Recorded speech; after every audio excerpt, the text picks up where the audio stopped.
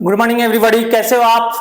तो हम फिर से आ गए एटॉमिक स्ट्रक्चर पढ़ाने के लिए आपको और आप पढ़ने के लिए। आई होप सब अच्छा चल रहा होगा, आपकी स्टडी बहुत अच्छी चल रही होगी। आप अपने जेई के लिए काफी मेहनत कर रहे होगे, अपने एलसीएम के लिए, कोई नीट के लिए मेहनत कर रहा होगा।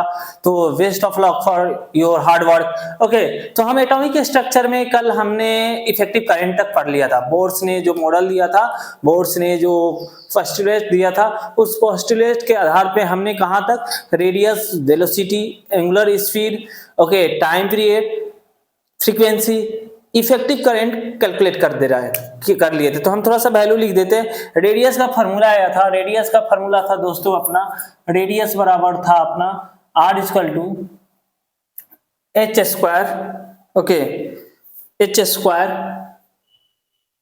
F naught upon pi M E square N square Z. अपना रेडियस का फॉर्मूला था। वेलोसिटी आया था, सिमिलरली वेलोसिटी आया था E square upon 2h F naught into Z by N. मैं ब्रैकेट में लिख रहा हूं क्योंकि यही वेरिएबल है, बाकी सब तो कांस्टेंट है। ओके, करंट आया था m e to the power 5 upon 4h cube F naught, okay, Z square upon N Q. Okay, radius, velocity और इफेक्टिव करंट हमने कल निकाला था, वो वैल्यू निकला था। एंगुलर स्पीड और टाइम पीरियड नहीं लिख रहे हैं क्योंकि आगे हमें इसकी जरूरत नहीं पड़ेगी। ओके, इन तीनों की जरूरत पड़ेगी। जैसे आज हम निकालने वाले हैं magnetic field, magnetic field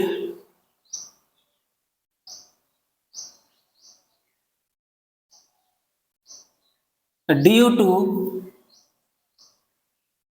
revolving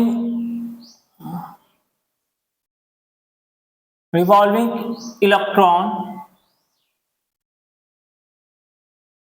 in an orbit, in an atom। Okay, मान लीजिए एक न्यूक्लियस है, चार्ज है Ze। न्यूक्लियस के पास पॉजिटिव चार्ज होता है, जेड एटॉमिक नंबर होता है, इलेक्ट्रॉनिक चार्ज होता है। हमें डाटा मालूम है, इलेक्ट्रॉनिक चार्ज का वैल्यू होता है 1.6 into 10 to the power -19 coulomb. Electron के लिए, प्रोटॉन के लिए सेम होता है, बस वैल्यू हो जाता है पॉजिटिव। ओके, जेड होता है एटॉमिक नंबर और एन होता है कि कौन से ऑर्बिट में अपना इलेक्ट्रॉन है। एन का value 1 2 3 4 5 6 so on। Okay, H होता है प्लैंक कांस्टेंट, वैल्यू होता है 6.67 into 10 to the power -34। Okay, चलिए, एफ नॉट होता है permittivity of free space, mass electron का लेंगे, एफ नॉट का वैल्यू होता है 8.85 into 10 to the power -12 newton coulomb square, okay, upon metre square. चलिए, जो भी है हम वो करंट इलेक्ट्रिसिटी में देखेंगे।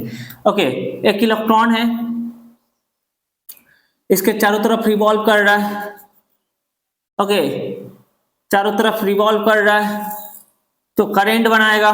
करंट का डायरेक्शन कैसे होगा? अगर इलेक्ट्रॉन इधर रिवॉल्व कर रहा है तो करंट की डायरेक्शन इधर अपोजिट होगी। अगर करंट रिवॉल्व कर रहा है, अगर करंट मूव कर रहा है, एक्सीलरेट कर रहा है, तो हमें क्या मिलेंगी? मैग्नेटिक फील्ड मिलेगी। तो मैग्नेटिक फील्ड कितना होगा देखेंगे। मैग्नेटिक फील्ड का एक सर्कुलर कॉइल के कारण हम मैग्नेटिज्म पढ़ रहे थे। मैग्नेटिक फील्ड होता है B बराबर होता है mu naught I upon 2r। अगर ए रेडियस r है तो okay, mu naught I upon 2r। Mu naught क्या होता है? परमिटिविटी, परमिएबिलिटी होता है। इसका वैल्यू होता है 4 pi into 10 to the power -7। Okay, 2 number है, r रेडियस है, तो और दूसरा भी वैल्यू होता है 4 pi EVR sin theta upon R square. तो उससे नहीं निकालेंगे, उससे बहुत मुश्किल हो जाएगा। ओके, हम इसी से निकाल रहे हैं। ओके, निकालते हैं। चलिए, mu naught I equal to, I can write m e to the power 5 z square, okay, upon A मैंने I लिखा हुआ है, I का वैल्यू लिख रहा 4 h cube F not NQ, मैंने I लिखा और मल्टीप्लाई में R भी है, तो R बराबर मैं लिख सकता हूं H square F not pi M E square, okay, N square upon Z। सही है, सॉल्व करते हैं। कोई एक दूसरे को मार रहा है क्या? नहीं। ओके, तो म्यू नॉट M कहीं पे नहीं, नहीं। ओके, देखते हैं mu naught M, okay, E square और E के पावर 5 E के पावर 7 हो जाएगा, ये ऊपर जाएगा तो ओके, एप्स नॉट स्क्वायर हो जाएगा। ओके, और कुछ बच रहा क्या? NQ N स्क्वायर हो जाएगा, Z ऊपर जाएगा, तो मैं लिखूंगा ZQ upon upon upon upon 2 और 4 8 HQ और H स्क्वायर H की पावर 5 एफ नॉट और एफ नॉट। ओके, ये पाई M भी ऊपर जाएगा, तो पाई भी लिखना पड़ेगा हमें। चलिए, पाई M भी ऊपर मैंने लिखा था, पाई M स्क्वायर हो जाएगा F naught square upon N के पावर 5। ओके, ये क्वांटिटी क्या है? कांस्टेंट है। ये क्वांटिटी क्या है? तो V बराबर आया ZQ, V is directly proportional to Z के पावर Q, एटॉमिक नंबर का Q, और इनवर्सली प्रोपोर्शनल टू N के पावर 5। ओके, जिस ऑर्बिट में है उसके पावर 5। हमें Z का वैल्यू आया थी, मैग्नेटिक फील्ड का वैल्यू आया, ये आप रिमेंबर कर दीजिए, याद कर लीजिए। ओके, मैग्नेटिक फील्ड का डायरेक्शन के लिए बात करें तो राइट हैंड रूल लगाएंगे, राइट हैंड रूल। तो करंट इधर फ्लो कर रहा है, करंट का डायरेक्शन ये वाला है, तो करंट के डायरेक्शन में हाथ को ऊपर कीजिए, मैग्नेटिक फील्ड इनवर्ड आ गया। ओके, मैग्नेटिक फील्ड कैसा है? इनवर्ड है। वैल्यू कितना है? ए है, एक कांस्टेंट देगा। हमें बस मतलब है कि magnetic field directly proportional to है Z के पावर 3 के, इनवर्सली प्रोपोर्शनल है N के पावर 5 के। चलिए, आई होप आपको समझ में आया होगा, आगे बढ़ते हैं। ओके, यही आया। चलिए, मैं मिटा दूं। लो भाई, मैं मिटा दिया। ओके, ये सब मैं बातें मिटा देता हूं, बस उधर डाटा रहने दीजिए और ये डाटा रहने दीजिए। ओके, अब बात करेंगे हाइड्रोजन का। तो हाइड्रोजन के लिए Z1 होगा। अगर फर्स्ट ऑर्बिट में देखा जाए n=1 पे, तो मान लीजिए यहाँ पे मैग्नेटिक फील्ड है, हाइड्रोजन के फर्स्ट ऑर्बिट में मैग्नेटिक फील्ड है B, तो यहाँ पे मैग्नेटिक फील्ड कितना आ जाएगा? B आ जाएगा। हाइड्रोजन के Z तो 1 ही रहेगा, n=2 पे देखते हैं, तो n=2 पे मान लीजिए अगर n का वैल्यू 2 रखते हैं तो 2 के पावर 5। ओके, 2 के पावर 5 कितना हो जाएगा? ओके, ये तो B नॉट रखते हैं, B नॉट इंटू कुछ वैल्यू आएगा, B नॉट इंटू 1 के पावर क्यूब और 2 के पावर 5। 2 के पावर 5 कितना देगा? 2 2 जा 4, 4 2 जा 8, 8 जा 16, 32 हो जाएगा। तो B नॉट बाई 32। तो सेकेंड ऑर्बिट में इसका मैग्नेटिक फील्ड आएगा, और कितना आएगा? B not by 32। Third orbit का बात किया जाए तो B नॉट बाई 32 आ गया। थर्ड ऑर्बिट की बात किया जाए तो 2 के पावर 5 30, B नॉट 3 के पावर 5 कितना? B not by 243। Third orbit में कितना हो जाएगा magnetic field? V not by 243। समझ में आया? हाइड्रोजन के लिए हम कैसे कैलकुलेट करेंगे मैग्नेटिक फील्ड का। अब बात करेंगे मैग्नेटिक मोमेंट या magnetic dipole due to current का electron moving in an atom. Okay,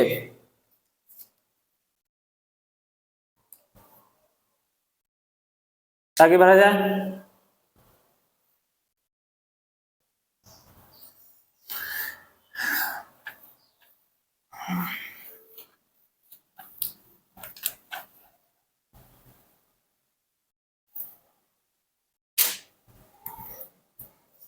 topic लिखिएगा मैग्नेटिक डाइपोल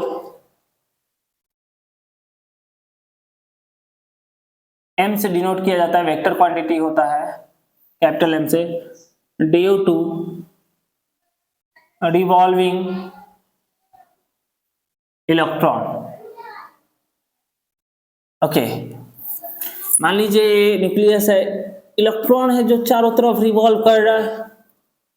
ओके, इलेक्ट्रॉन अपना रिवॉल्व कर रहा है ऐसे, इधर इलेक्ट्रॉन रिवॉल्व कर रहा है तो करंट इधर फ्लो करेगा, तो करंट इधर फ्लोएगा तो मैग्नेटिक मोमेंट का डायरेक्शन किधर आ जाएगा, नीचे की तरफ आ जाएगा। और मैग्नेटिक डाइपोल या मैग्नेटिक मोमेंट बराबर होता है I into A. Okay, radius R है। ओके, तो I into pi R square, I into pi R square. तो वैल्यू रखते हैं, आई का वैल्यू कितना है, आई हम यहां से स्टार्ट करते हैं क्योंकि I equal to pi, magnetic moment बराबर आई ए आया which is I into pi R square. I कितना आया सर, तो आई जितना आया हुआ है, आई बराबर I can be written as M E to the power 5 Z square upon 4 H Q F naught N Q. ये आई है। ओके, पाई ऑलरेडी है मल्टीप्लाई में, तो मल्टीप्लाई करते हैं R square, R square H square के H के power 4 F naught square, R square में लिख रहा हूं। ओके, एन के पावर 4 अपॉन में pi square M square E to the power 4 Z square. सही है, देखते हैं कौन किसको मारता है। ओके, तो देखते हैं एच क्यू एच 4, मास को देख लेते हैं एम एम, तो मास नीचे आ जाएगा इस बार। ओके, सॉल्व करते हैं, ई के पावर 5 ई के पावर 4, तो ऊपर बच जाएगा ई। ओके, ऊपर जेड स्क्वायर नीचे Z square, Z Z cancel हो जाएगा, ऊपर जेड स्क्वायर नीचे जेड स्क्वायर कैंसिल हो जाएगा, ऊपर पाई नीचे पाई स्क्वायर, नीचे में बच गया पाई।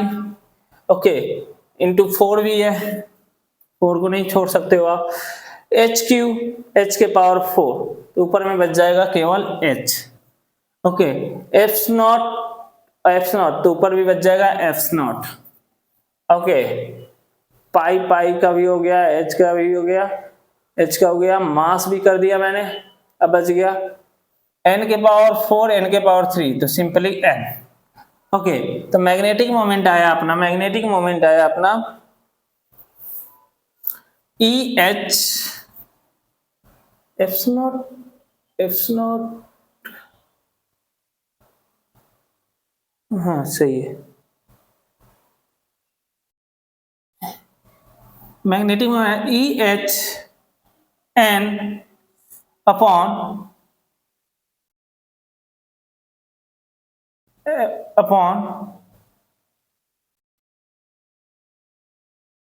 एम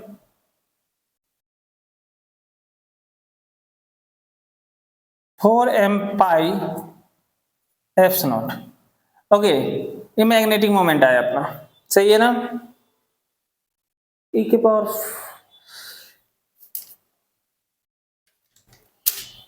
ये हमारा मैग्नेटिक मोमेंट आया। मैग्नेटिक मोमेंट किस पे डिपेंड करता है, एन पे डिपेंड करता है। मैग्नेटिक मोमेंट कौन से ऑर्बिट में डिपेंड, फर्स्ट ऑर्बिट में तो मैग्नेटिक मोमेंट एम नॉट आ जाएगा, सेकंड ऑर्बिट में तो 2 एम नॉट, थर्ड ऑर्बिट में 3 एम नॉट। एटॉमिक नंबर पे डिपेंड ही नहीं करता, हाइड्रोजन के फर्स्ट ऑर्बिट में जितना एटॉमिक नंबर होगा उतना ही हीलियम का सेकंड और फर्स्ट ऑर्बिट में, उतना ही लिथियम का भी फर्स्ट ऑर्बिट में होगा। एटॉमिक नंबर जेड पे डिपेंड ही नहीं करता है ना, कौन से एटम पे डिपेंड नहीं करता है, उसके कौन से ऑर्बिट में ऑर्बिट कर रहा है, रिवॉल्व कर रहा है, उस पे डिपेंड करता है मैग्नेटिक मोमेंट। चलिए अब बात करेंगे एनर्जी का।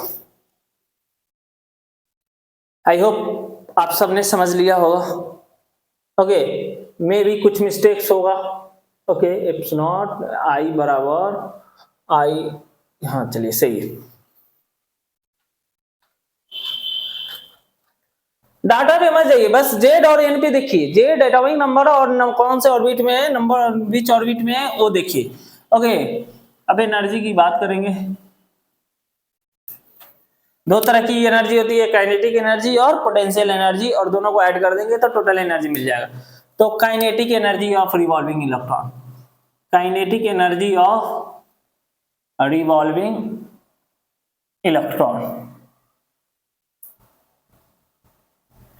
एक इलेक्ट्रॉन है, ये न्यूक्लियस है प्लस का Ze, इसके चारों तरफ इलेक्ट्रॉन रिवॉल्व कर रहा है,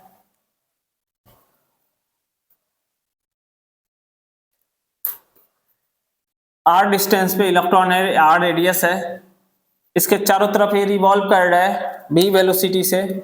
ओके, तो काइनेटिक एनर्जी होता है half mv square, half m v square कितना आएगा, तो वी स्क्वायर आ जाएगा e to the power 4 z square upon 4h square F naught square N square.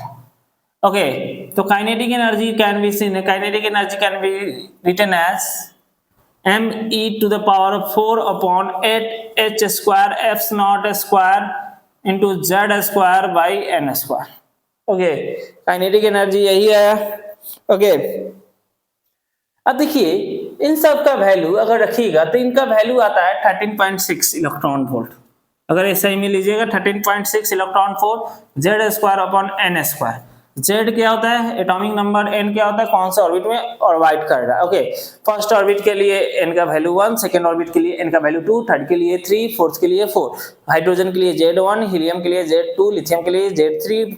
Okay, ऐसे ही करके आएगा, यानी कि हम यहां से बोल सकते हैं कि kinetic energy directly proportional to Z square और inversely proportional to n square. चलिए ये डाटा रखिए, काइनेटिक एनर्जी का भी डाटा लिख लीजिए यहाँ पे। Kinetic energy can be written as 13.6 electron volt Z square upon N square. Okay, clear, आगे बढ़ा जाए। अब बात करते हैं पोटेंशियल एनर्जी के लिए। तो पोटेंशियल एनर्जी कितना होगा देखते हैं।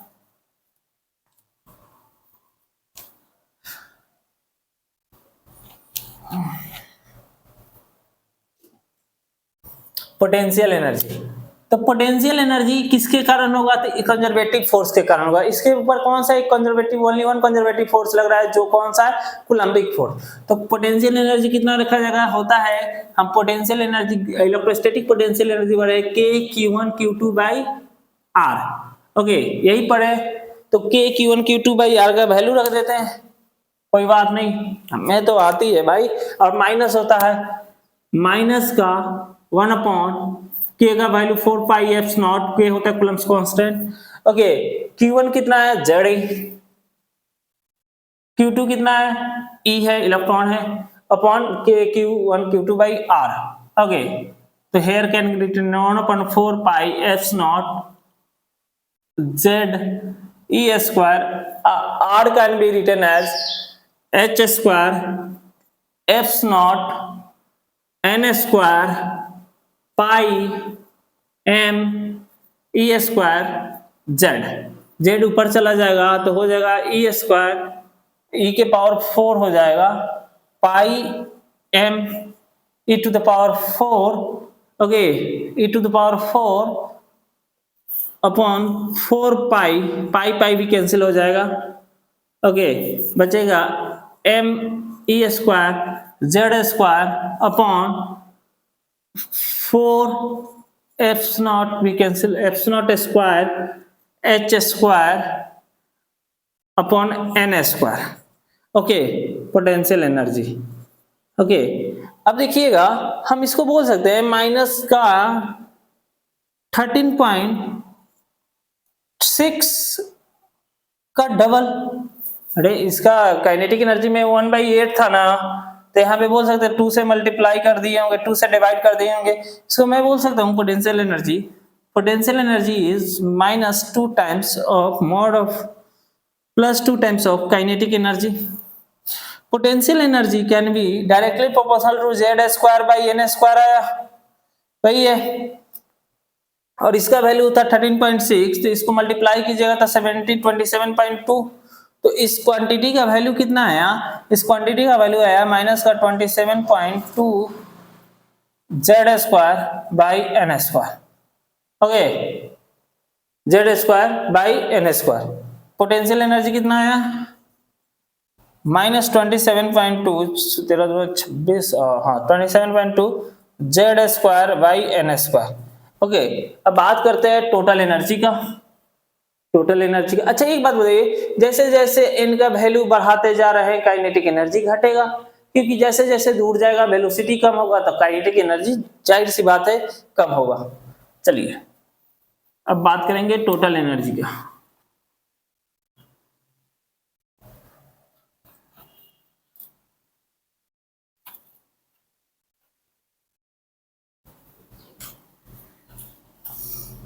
बाबू फिजिक्स इतना आसान नहीं है जितना आप सोच रहे हो।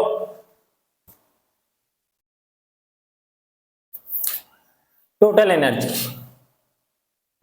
टोटल एनर्जी होता है, टोटल एनर्जी होता है, टोटल एनर्जी होता है आपका kinetic energy plus potential energy. तो काइनेटिक एनर्जी था 13.6 electron into N Z square by N square minus 27.6 electron volt भी लिखना पड़ेगा, electron volt into Z square by N square. तो देख कितना जाएगा, माइनस का 13.6 electron volt Z square by N square. Electron volt unit होता है एनर्जी का। Okay, Z square by N square which is equal to minus of kinetic energy total energy, okay, which is equal to half of potential energy. Okay, half of U से potential energy denote किया जाता है। अब चलिए हम अब हर एक orbit का एनर्जी लिखना चाहते हैं। ओके, हाइड्रोजन एटम के लिए first orbit, second orbit, third orbit को हम वैल्यू लिखना चाहते हैं। ओके, चलिए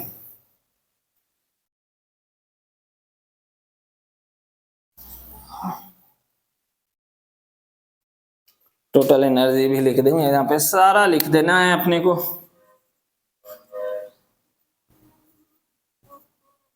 सब इलेक्ट्रॉन वोल्ट में है।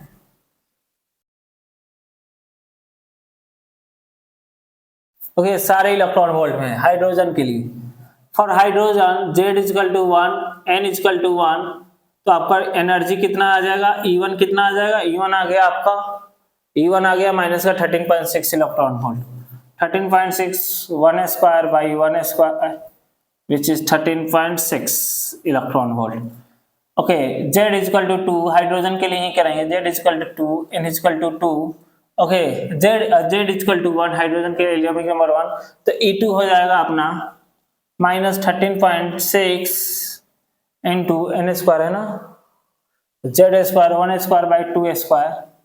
ओके, तो E2 आ जाएगा अपना माइनस का 13.6 into 1 by 4 which is equal to 3.4 electron volt, minus का 3.4 इलेक्ट्रॉन वोल्ट निगेटिव आता है। ओके, अब बात करेंगे Z equal to N equal to 3 के लिए, 1 N इजकल टू 3, तो E3 हो जाएगा माइनस 13.6 अपॉन, इसको मैं नीचे लिख देता हूं,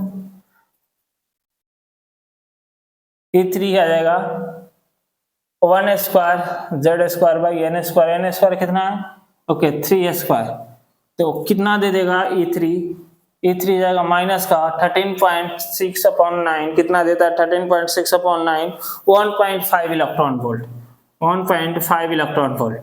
ओके, अब Z इजकल टू 4 के लिए थोड़ा सा N इजकल टू 4 के लिए हम कैलकुलेट कर लेते हैं। Okay, N equal to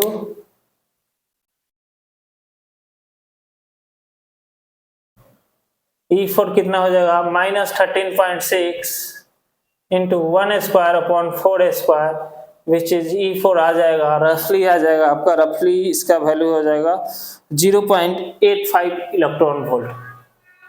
okay, मैंने तो ये हाइड्रोजन के लिए निकाल दिया है, आप helium, lithium, n=1 n=2 n=3 के लिए आप निकालिएगा।